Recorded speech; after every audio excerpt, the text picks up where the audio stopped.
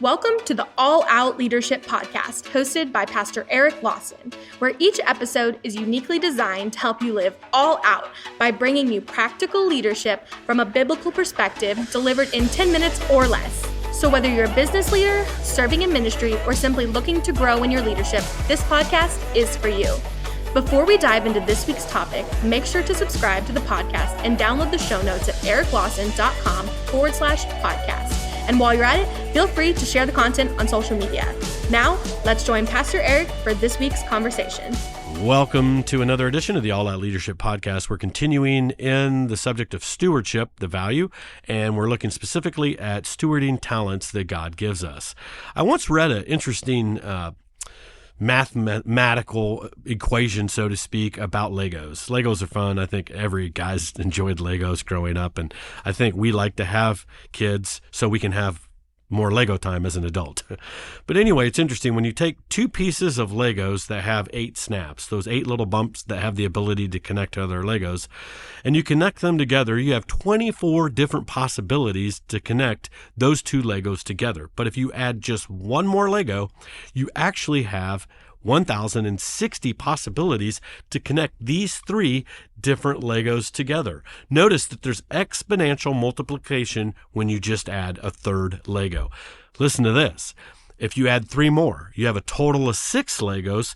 You will now have 102 million, almost 103 million possibilities to connect. Wow. Just adding 3 more. The power of multiplication. Relationships inside of your life are one of the most effective ways to help develop the talents that God has given you. We see Jesus in Luke 10, verse 1, and after these things, Jesus appointed 70 others also, and he sent them out 2 by 2 before his face into every city and place where he himself was about to go. What we see is Jesus took 2 people, snapped them together because he knew that there would be a multiplication, an exponential multiplication that comes from the power of those relationships. When I look inside of my life and where God has really accelerated my growth as a leader, maybe put some healthy spiritual steroids on my leadership growth, so to speak, I can always trace it back to relationships. My first relationship really spiritually that helped me was my first pastor. I'm 15 years old. I give my life to Christ. My pastor was bivocational. He worked a full-time job, and then he basically kind of worked for free as a pastor. Our church was about 100 people. It wasn't a big church, but what was amazing is he made time for me, this 15-year-old kid who just came to Christ.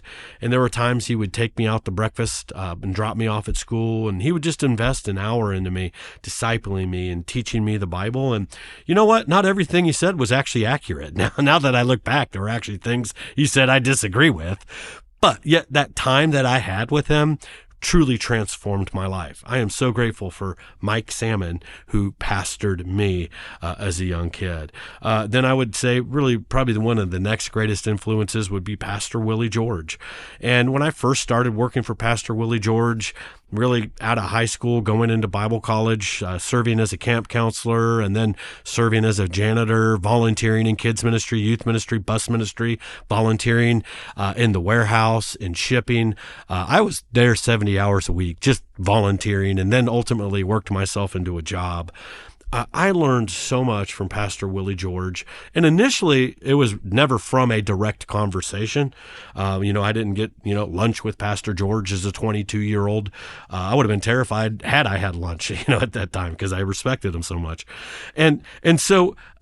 But I just learned being around him. I learned from his sermons. I just learned from, all the staff meetings I got to sit in where he would just talk to staff corporately, share stories, and I learned so much. Now, I'm grateful that over the years as I grew and moved up in leadership, I did get one-on-one time with him, and I have a relationship with him today. I could pick up the phone. I could call him. He's preached here for us at our church, and spend different, situations where I get to be alone with him, my wife and I, and other leaders and private roundtable settings. So grateful.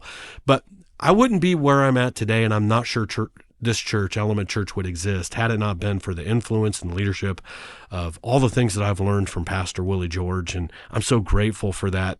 And it was truly one of those snaps that God put into my life that I had no idea how important that would be. I look at another friend I'd actually met through Pastor George. He was a pastor in Oklahoma. He's retired now, Pastor Kurt Pankratz. And he had a great organization, Youth America, and great youth camps during, that day and season. And he was a friend, and I learned so much from Pastor Kurt. But what's interesting is sometimes the relationships that God brings you, it's not just that relationship, it's the next relationship they connect you to. Because one day I get a call from Pastor Kirk, and he goes, hey, I'd love for you to get to be part of a roundtable. There's just going to be 12 pastors in it. Craig Rochelle's going to take 1 year. He's going to mentor 12 pastors, and he just had a dropout. Somebody just quit, canceled, couldn't make it due to some health issues. And I brought up your name to him. Honestly, your church, because at this time I was second year into Element Church, and we had about 700 people. And he goes, your church actually isn't big enough to actually meet the qualifications of this group. But when I talked to Craig about you, he goes, oh yeah, get Eric. He knew my name from 180 as a youth pastor. He goes, yeah, get Eric in here. And so I actually just kind of like snuck in. I got grandfathered in, but I can't tell you how much I learned from Craig Rochelle, just being discipled, mentored by Craig for 1 year, meeting in his home with these leaders, getting to sit down at lunches with, guys he introduced us to, Stephen Furtick and Brian Houston, and, sitting down with Andy Stanley, and all these relationships that this whole world opened up to me. But you know what? It was my friend Kirk. Never mistreat a friend, because you have no idea who they're going to connect you to and the possibilities of things that'll open up to you. And I learned so much from that 1 year with Pastor Craig. Now, I don't agree everything with Pastor Craig philosophically. He does certain things a little bit different. I don't criticize the way he does things. They're just different than how God wired me and what God called Element to do.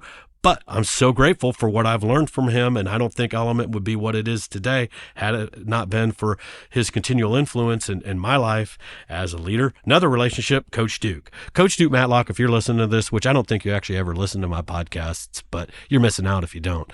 But anyway, Coach Duke, I've been friends with Coach Duke now for 7 or 8 years, and Pastor Leo actually introduced me to the relationship of Coach Duke. And he has been such a blessing in my life. He's helped me through so many ups, through so many downs. He's not just a coach anymore, but man, he's literally a friend. And we have 12 seats in our staff. All my executive pastors meet regularly with Coach Duke, where they have a 30-minute coaching call. He's just helping us on culture, on just leading. So good to get an outside party's perspective. He's not in the weeds, but gets clarity from the outside. I have my campus pastors meet with Coach Duke, and then I rotate team members in to get about 6 months with Coach Duke, and he's been so helpful for us. I'm going kind of on and on just talking about relationships, because I just simply want you to understand your greatest breakthroughs in life will always be attached to some relationship that God brings into your life. There's truly no accidental relationships. And so what we see is when God created Adam in 2:18, he goes, and the Lord said, it is not good that man should be alone. I'll make a helper comparable to him. God made us with certain needs that he chose not to meet. God said, Adam, even though you're created in my image, I left some things out. Now the ladies go, yeah, like a brain. But God left certain things out that he chose to bring a helpmate to fully meet those needs. And so there are things in your life you'll never be able to achieve alone. Genesis 1:28, and God said to them, be fruitful, multiply, fill the earth, subdue it, and have dominion. You can't be fruitful, you can't be multiplied, you can't fill the earth, you can't subdue, and you can't have dominion alone. Multiplication, it's math. I didn't really pay attention, but I went back and checked it to make sure it's correct. 1 times 0 is 0. In fact, 0 times anything is still 0. And so you alone were actually made by God to not be able to succeed independent of meaningful relationships. Now, I have intentionally gone after relationships because there are times there are relationships you need that you can't find in your life, so you have to pursue those relationships. I've become a professional stalker where I see certain relationships and I go after them to go, look, there's things you have. I want to learn. Let me buy you lunch. And I want those relationships. And so I'm never a name dropper. So I'm going to say some things and I'm going to say some names, but I'm not bragging. I'm not a name dropper. Please. That's just not who I am. But I want you to understand there are relationships you won't ever have if you don't go after them. So these are relationships that I've gone after. Norman Schwarzkopf. Norman Schwarzkopf was the general that kind of led, the whole Desert Storm. Incredible leader. Norman Schwarzkopf. I got the time with the late Ronald Reagan, President Ronald Reagan, the late Steve Jobs, the late President Gerald Ford, Charles Schwab, the founder of Schwab, which I enjoy Schwab as a brokerage firm, Mother Teresa, Bill Gates, Michael Dell, founder of Dell Computers, even some time with Michael Jordan, General Colin Powell, CEO of GE, Jack Welch, believe it or not, Elon Musk, and the late Billy Graham, Tony Robbins, Robert Kiyosaki, founder and author of Rich Dad, Poor Dad. I'm just naming a few.